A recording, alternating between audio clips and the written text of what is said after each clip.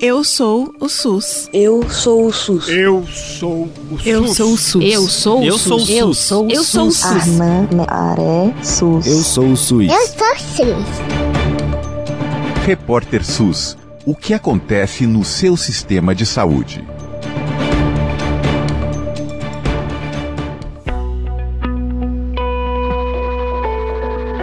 O Repórter SUS desta semana fala sobre o acesso à saúde das populações ribeirinhas. O governo federal anunciou incremento de investimentos nas equipes de saúde que atendem esses territórios, mas será que isso é suficiente diante da realidade histórica da falta de acesso?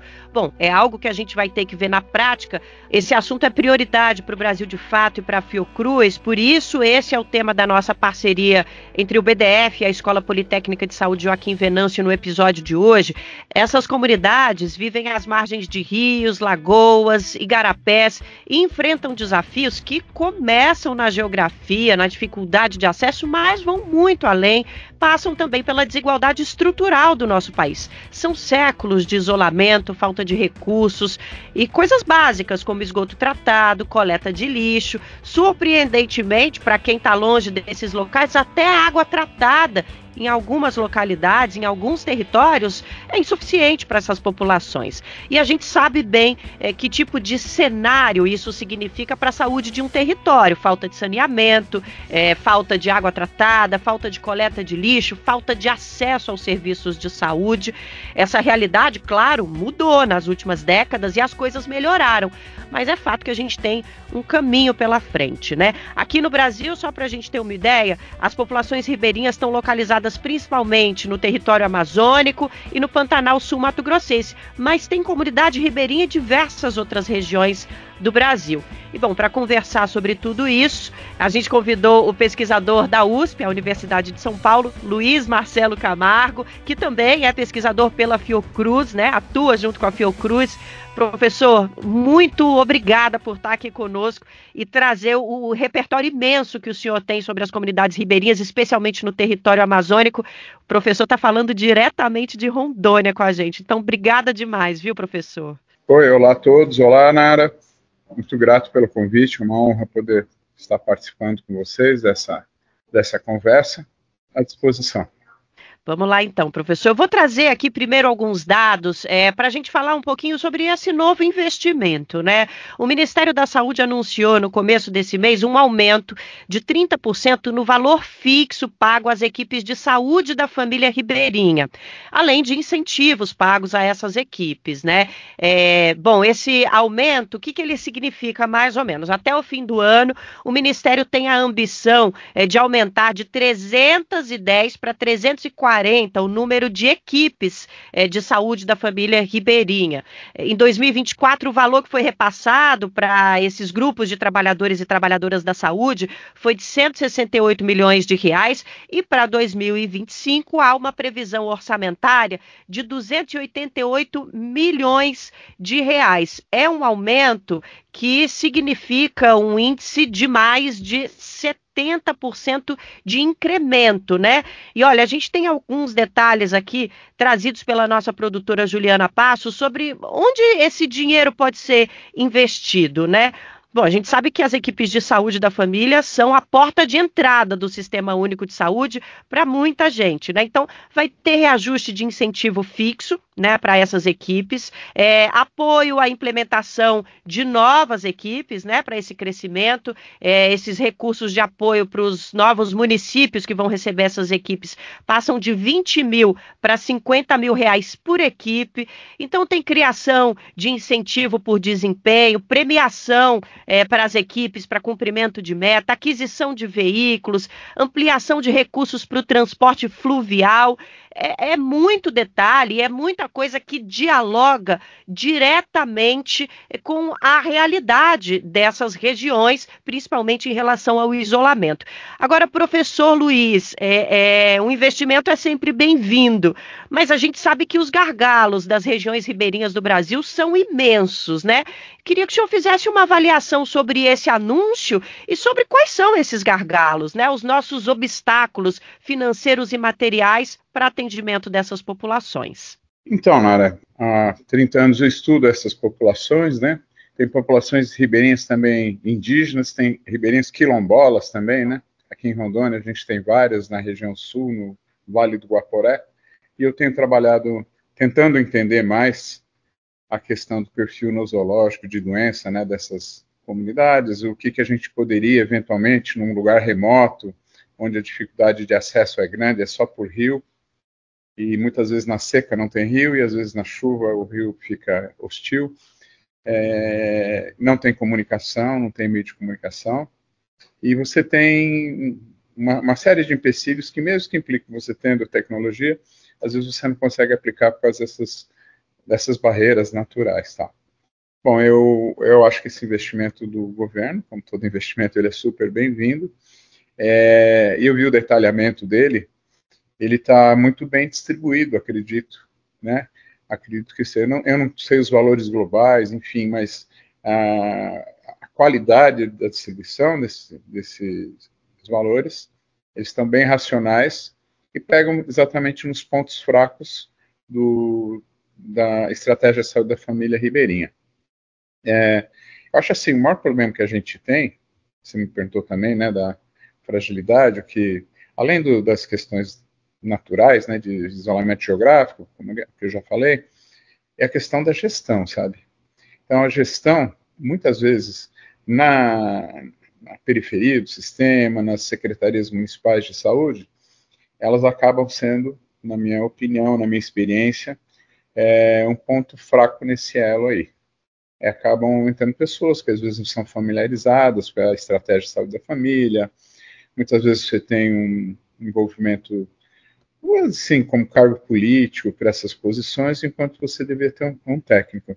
Então, muitas vezes a gente tem dificuldade, mesmo em reconhecendo os problemas que são, a gente deve conversar sobre isso, na implementação disso, porque você tem uma gestão frágil. Essa é a minha opinião. Professor, nessas décadas de presença no território ribeirinho, especialmente no estado de Rondônia, né, mas com o conhecimento que o senhor tem do território amazônico, eu acho que muita gente que está nos ouvindo pode ter curiosidade de entender quais são os problemas que atingem essas populações e que justificam, por exemplo, um investimento específico, um treinamento específico, equipes com determinado tipo de conhecimento diferente dos conhecimentos aplicados em outras regiões, principalmente nas regiões urbanas. Então, eu queria conversar com o senhor um pouquinho, que o senhor trouxesse para a gente um pouco dessa experiência, de quais são os maiores problemas de saúde que essas populações enfrentam, e principalmente se essas questões de falta de estrutura que a gente citou no começo, esgoto, água tratada, coleta de lixo, sobrecarregam, né, essa realidade. E talvez eu possa exemplificar, como resposta, o projeto que a gente está desenvolvendo com apoio do CNPq e do Instituto Nacional de Ciência e Tecnologia da Amazônia Ocidental. O projeto é fomentado pelo CNPq e ele, na verdade, ele é realizado em área ribeirinha, é no estado do Amazonas, eu vou evitar citar a localização, mas é no Médio Madeira, e a gente trabalha lá já há um ano, e a proposta do projeto era mais ou menos isso: tirar uma fotografia das condições de saúde do local, as doenças que ocorriam com mais frequência, etc. e tal, a cobertura dos serviços e o grau de satisfação da comunidade. Tem instrumentos que você aplica, validados internacionalmente, e você vê o grau de satisfação das pessoas. Então, e o resto, em troca, obviamente também para aprofundar o conhecimento da realidade das pessoas, a cada 2 meses eu desço com uma equipe e fico 10 dias e faço o atendimento assistencial mesmo, como médico, ou seja, examino, atendo emergência, faço parto, a gente tem que fazer tudo, porque você está sozinho, e a gente aproveita também para colher mais informações, e a ideia é colher essas informações, e depois eu vou dizer o diagnóstico inicial, propor medidas de intervenção, que nós já propusemos, e agora a gente está na fase final, no Carnaval, inclusive, 1º a 5 de março, eu vou estar descendo e vou ficar até quarta-feira de cinzas na comunidade, porque a gente já achou discrepância em alguns questionários e vai revisar esses resultados. A gente encontra, ao contrário do que o pessoal do Sudeste, de onde eu sou oriundo também, né, sou paulistano, acredita, o pessoal do resto do Brasil acredita, o grande problema hoje da saúde ribeirinha amazônica, né, como se diz, tem várias outras ribeirinhas, e dentro das ribeirinhas tem outros subtipos, é a questão das doenças crônicas não transmissíveis, hoje, atualmente. No passado, né, era malária e eram as doenças infecto-parasitárias, tanto que eu sou dessa área e vim para cá por conta disso. E hoje eu tive que me adaptar, me reinventar e começar a entender hipertensão arterial sistêmica, diabetes, obesidade, sedentarismo, o aumento do colesterol no sangue, né, que a gente chama de dislipidemia, e são doenças crônicas arrastadas que diminuem a qualidade de vida das pessoas e acabam custando para o SUS muito mais caro, porque essas pessoas evoluem com intervenções mais custosas, UTI, uso de tecnologias mais caras, tal.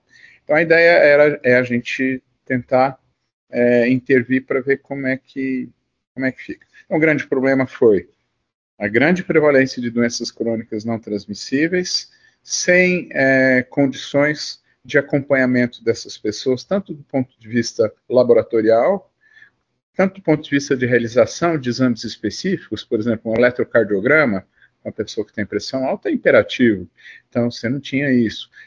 Um exame do fundo do olho, que chama retinografia, ele tira uma fotografia das suas artérias, pode ver doenças também da retina, que são agravadas pelo diabetes e hipertensão, que você pode fazer uma intervenção precoce e evitar cegueira e intervenções mais custosas. Então a gente faz nessas viagens essas intervenções de alta tecnologia, mas com um instrumental muito simples que a gente faz no notebook e acaba fazendo intervenção nas pessoas. A gente encontrou uma equipe de 63 agentes comunitários de saúde, muito despreparados, inclusive para ferir uma pressão arterial. Tá? Inclusive para ferir uma pressão arterial. Quer dizer, 63 é bastante gente, tá? Talvez seja o suficiente, mas é um número significativo. Então a gente resolveu investir na capacitação de agente comunitário de saúde, nessas intervenções pontuais que eu te citei, com tecnologias mais avançadas, e também na questão de, como é que eu faria, de saneamento ambiental. Por exemplo, os resultados apontaram para 100% dos moradores. O nosso grupo que a gente estuda, esse grupo do Médio Madeira, é de 340 pessoas e são 10 comunidades. A população ribeirinha amazônica tem as características de se esparramar em núcleos de 10, 40 casas, e também isso dificulta a operacionalização das ações de saúde, né? 100% da água contaminada com coliformes fecais humanos. A água é bebida direta do rio e contaminada. Você não tem um destino adequado do lixo orgânico, tanto humano como do alimentar, né? Restos alimentares, e você tem know-how para isso, você tem conhecimento de como tratar isso também. E o outro problema é que esse é mais difícil de solução, nós estamos conversando com o pessoal da engenharia ambiental, tudo, é a questão do destino do lixo. Então, boa parte do lixo hoje, nosso, infelizmente, é o plástico. Esse plástico, ele fica, e nas inundações, né, que a região é assim, tem o período da seca e da chuva, é levado para o rio, isso acaba contaminando a água, os peixes, que a gente acaba se alimentando, e hoje a gente tem toda essa questão, né, que ainda não está muito clara, mas parece que tem algum vínculo entre a presença de nanopartículas de plástico e saúde humana, então isso também me incógnita. Agora tem uma outra coisa nova também, que foge um pouco da minha área de atuação, que é medicina, epidemiologia, saúde pública. É um problema mais sério que tudo isso aí. Há um desvio do eixo socioeconômico-cultural dessas populações tradicionais para o eixo do garimpo de ouro do Rio Madeira, garimpo fluvial. É um ouro que vem da Bolívia, desce o rio, e ele é coletado no fundo do rio com embarcações, que são chamadas de dragas e balsas, que acabam usando o mercúrio, é um processo um pouco mais complexo que isso, usando o mercúrio para achar o ouro, para ter o ouro. E esse mercúrio, ele é contrabandeado, isso já está na mídia, você tem uma produção de ouro que não é condizente com a quantidade pequena de mercúrio que você importa, então você não tem controle sobre a substância, e ela acaba contaminando o meio, e a gente tem estudos aqui da Universidade Federal de Rondônia, não são estudos meus, da minha equipe, mas equipe parceira, que mostra, assim, comparando população rural de Rondônia com população urbana, tá? População ribeirinha, o índice de contaminação por mercúrio em mulheres gestantes, em mulheres que estão amamentando, é 4 vezes superior às demais comunidades. Sim, enquanto o senhor estava trazendo os detalhes dessas percepções, eu já estava imaginando aqui que, bom, com certeza a conclusão dessa conversa vai ser índice de contaminação. E, professor, gente, o que o professor traz aqui é claramente as consequências de um suposto desenvolvimento, bem entre aspas mesmo, chegando nas nossas populações ribeirinhas, e olha, as populações urbanas do Brasil sem nem saber que isso está acontecendo, porque como o professor disse, eu e a nossa produtora Juliana Passos viemos para essa entrevista preparadas para falar sobre malária, arboviroses, doenças tropicais. Estamos aqui agora nos deparando com a realidade que temos que falar sobre diabetes, obesidade, contaminação por mercúrio, plástico nos rios. A situação mudou muito, não adianta só investir nas equipes de família ribeirinhas se esses médicos e médicas, enfermeiros e enfermeiras chegam nesses locais com essa visão ainda antiga de quais são os verdadeiros problemas dessas populações. Professor Luiz, quando a gente fala de obesidade, diabetes, doenças crônicas em todo o país, que isso vem aumentando também, a gente também fala de qualidade da alimentação. É perceptível uma mudança na qualidade da alimentação das populações ribeirinhas, além da questão da água contaminada, que já coloca uma mudança nos modos de vida e no consumo dos pescados, óbvia, mas os ultraprocessados, por exemplo, marcam presença nessas dietas? Sim, Nara, marcam sim. Isso também é outra coisa muito triste. E com essa mudança do eixo socioeconômico, cultural, o que eu acho que vai acontecer? Como são povos tradicionais, etc. e tal, o ensinamento passa de uma geração para outra pelo contato físico, oral, e por observação do trabalho. Então, como é que vive o ribeirinho tradicional, né? Ele, na época da chuva, ele caça nas áreas que não são alagadas, né? E ele consome o que ele produziu na época da seca, que é farinha de mandioca. Ele pesca, porque os rios começam a dar peixe, né? Começa a ter peixe, porque diminui o volume do rio.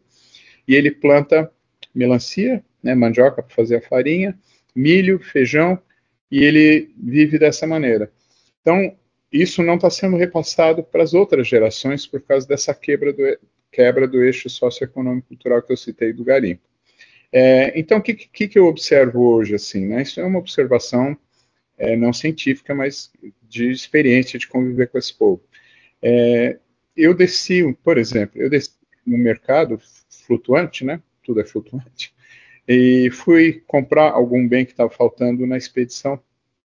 E eu entrei dentro desse flutuante. Metade da parede era de bebidas alcoólicas, né? A outra outra parede era de carboidratos fáceis, como bolacha, macarrão e tal. E o outro, para sua surpresa, eram de ultraprocessados, mortadela, essas coisas. E, para minha surpresa, sardinha em lata no Rio Madeira. Então, assim, muito rico em sódio, tudo, e essas pessoas com esse desvio de eixo também deixaram de usar força física para fazer seus afazeres, né? Então, com isso veio obesidade, sedentarismo e, a reboque, as doenças crônicas não transmissíveis. Professor, tudo isso que o senhor está trazendo para a gente indica que esse investimento, por exemplo, anunciado pelo Ministério da Saúde nas equipes de saúde da família ribeirinha, ele vai precisar vir acompanhado de formação para essas equipes, né? Queria que o senhor falasse um pouco sobre isso e já estendendo também para a gente encaminhar para o nosso encerramento, falasse um pouco sobre os avanços que foram observados também nesses 30 anos, né? A gente está aqui falando que a formação vai ser necessária, mas eu imagino que de quando o senhor chegou aí para hoje, algo já melhorou também nesse atendimento e nesse acesso, né?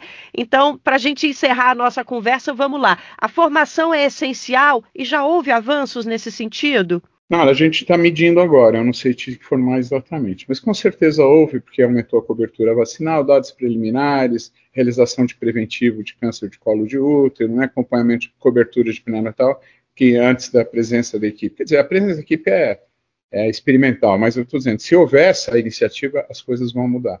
Bom, de que eu cheguei para cá mudou muito. Então, por exemplo, o lugar que eu trabalho tem uma unidade básica de saúde fluvial, né? Que a gente chama de postinho de saúde fluvial, né? Que é a unidade. Então você tem, mas ela é mal administrada, então ela não vai para os pontos. Então é isso que eu disse que é a questão da gestão. Mas mudou bastante. E a questão do treinamento, capacitação do pessoal que está em contato direto, como a gente está fazendo, né? São 63 agentes de saúde, é fundamental. E eu esqueci de falar no início, mas esses agentes de saúde foram treinados para examinar o paciente à distância e realizar testes rápidos para HIV, hepatite B, hepatite C e sífilis, porque isso sim ainda passou a ser a realidade por causa do garimpo e por causa dos profissionais de sexo, etc. e tal. Bom, enfim, a gente treinou eles e a gente implantou um sistema de telesaúde. Então eu estou a 800 metros de onde eu pesquiso. Eu estou em Rondônia, trabalho no Amazonas.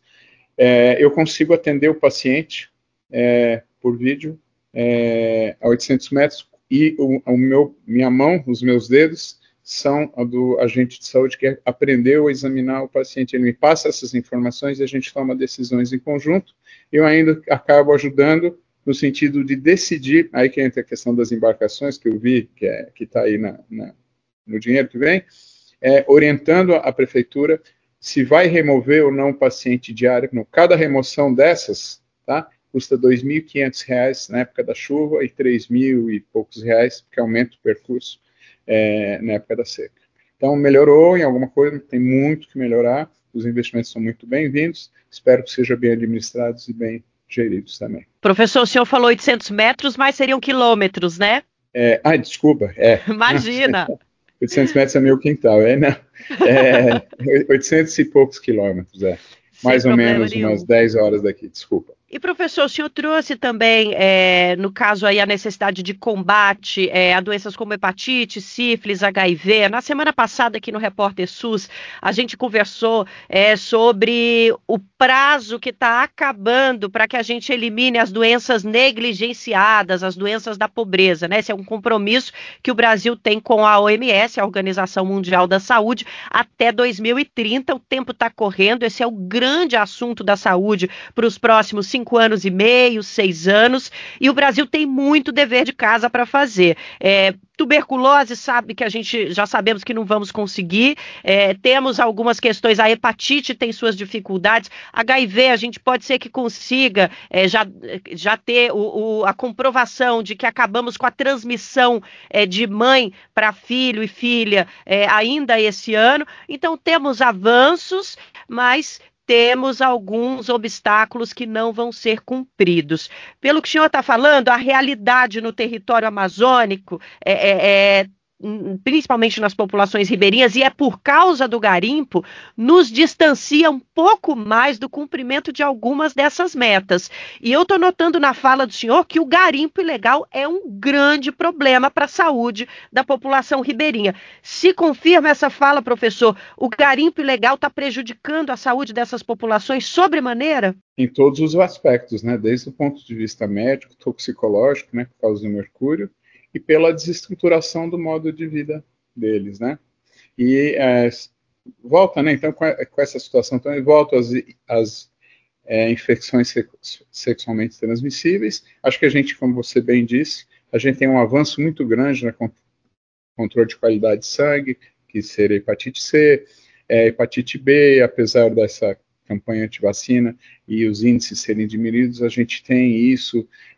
Bom, enfim, avança nesse aspecto e retrocede em outros, e se depender do desempenho, né, do sistema de saúde na Amazônia, infelizmente, o Brasil não vai alcançar essas metas em 5 anos, jamais vai alcançar, principalmente em relação à hanseníase, que é um grande problema que a gente tem aqui, várias outras doenças que a gente não vai alcançar, filariose, uma filariose típica aqui da Amazônia, que é uma infecção no sangue por um parasita.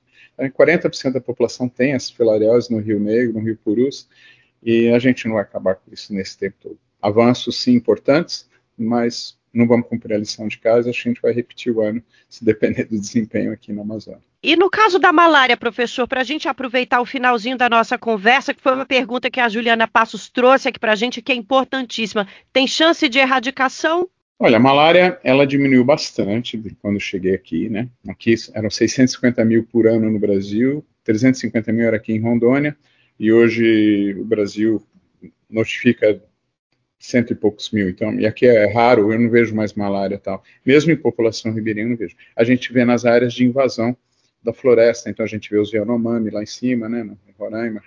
A invasão, o homem entra no ciclo do mosquito que está lá há milhares de anos, ele vem doente e ele transmite para os mosquitos que transmitem para.